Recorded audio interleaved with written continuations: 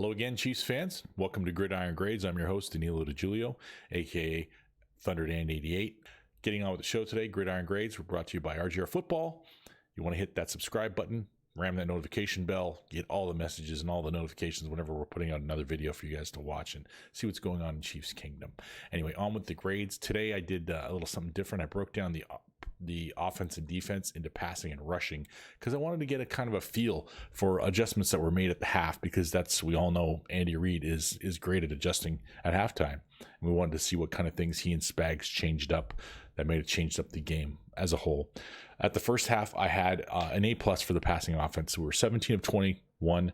Patrick had 213 yards, 3 touchdowns, no interceptions, no sacks. The run game, I gave them a C-. It was only 7 rushes for 15 yards. We weren't moving the ball on the ground, but they were trying. So I was going to see how it would go from there, see if we'd get away from it.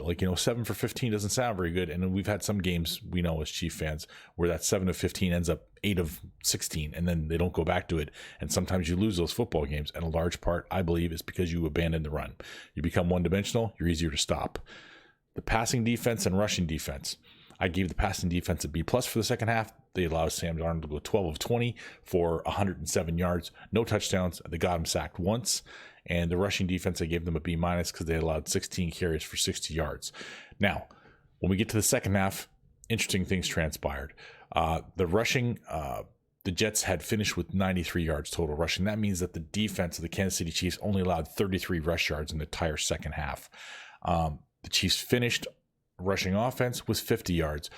Not a lot of yards per carry, but I upgraded their grade from a C- to a C+ because they committed to the run. They didn't get away from the run that much. They ran 7 times in the first half. They ran 13 times in the second half. Ran 20 times. When the Chiefs run the ball 20 times, they win football games. They were going to win this one regardless because Pat was on fire. But you don't want to abandon the run. In the passing game, in the second half, the total combined, the Jets had 128 passing yards. That's 21 more yards in the second half. They allowed less than 60 yards. They allowed less than 55 yards total offense to the Jets in the second half of the football game. People that question the Kansas City Chiefs defense are not paying attention, folks. We have a good defense. So I would take their overall defensive grade from B-, B+. I would up those both because they only allowed 9 points. I'm going to give them an A. I'm going to give them a solid A. I'm not going to give them an A+ because they did only have the 1 sack and they didn't take the ball away on interceptions. They did have 1 fumble recovery. Dan Sorensen once again shining. There's my spirit animal, number 49. He's not going anywhere, folks. He's here for a minute. We'll see at the end of the season. He's getting older, so, Father Time catches us all. But the Jets are a 9-point football team. I said on Kingdom Corner that their average per game in scoring was 12 points. If you take away the 28 they scored against Denver, their average dropped to 9 or 9.5 points a game. They got their 9 points, and that was it. And they came out fighting. They came out swinging. Give them credit.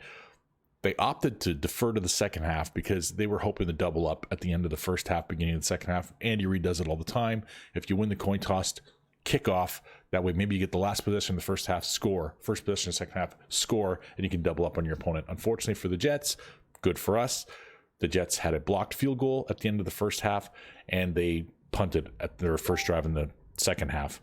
So when things like that happen, it kind of throws a crux into that hole, giving the ball away to the other team at the start of the football game. But they had 9 points total as a team. They got those on their first 3 drives. They drove down, field goal, drove down, field goal, drove down, field goal. To the Chiefs' credit, they did what I had hoped they would do. First drive of the game, drove down, scored a touchdown. I was very happy to see that. That's something we haven't been doing with any kind of regularity, and I think that this team should be able to do that and put the pressure on other teams, force them to try to put the ball up earlier. This was just a game where the offense, I would give the rushing offense a C+, like I said, because they stuck with the run game. I would give the passing offense, Patrick ended up with 446 yards through the air. The team ended up with 446 through the air. Patrick had 416 and 5 touchdowns. I'm going to give the passing offense an A+. That's no interceptions, never got sacked. That's just an amazing day. And he's just reminded everybody, slow down in the MVP conversation. He's not done yet. He went from 16 touchdowns and 1 interception to 21 and 1 in one sitting. That's the Patrick Mahomes we all know and love. He hasn't gone anywhere, folks. He just hasn't needed to do those things in the last few weeks. It's always right there. It's at his grasp. And I love that he's not forcing things and he's able to just call on it when he needs it.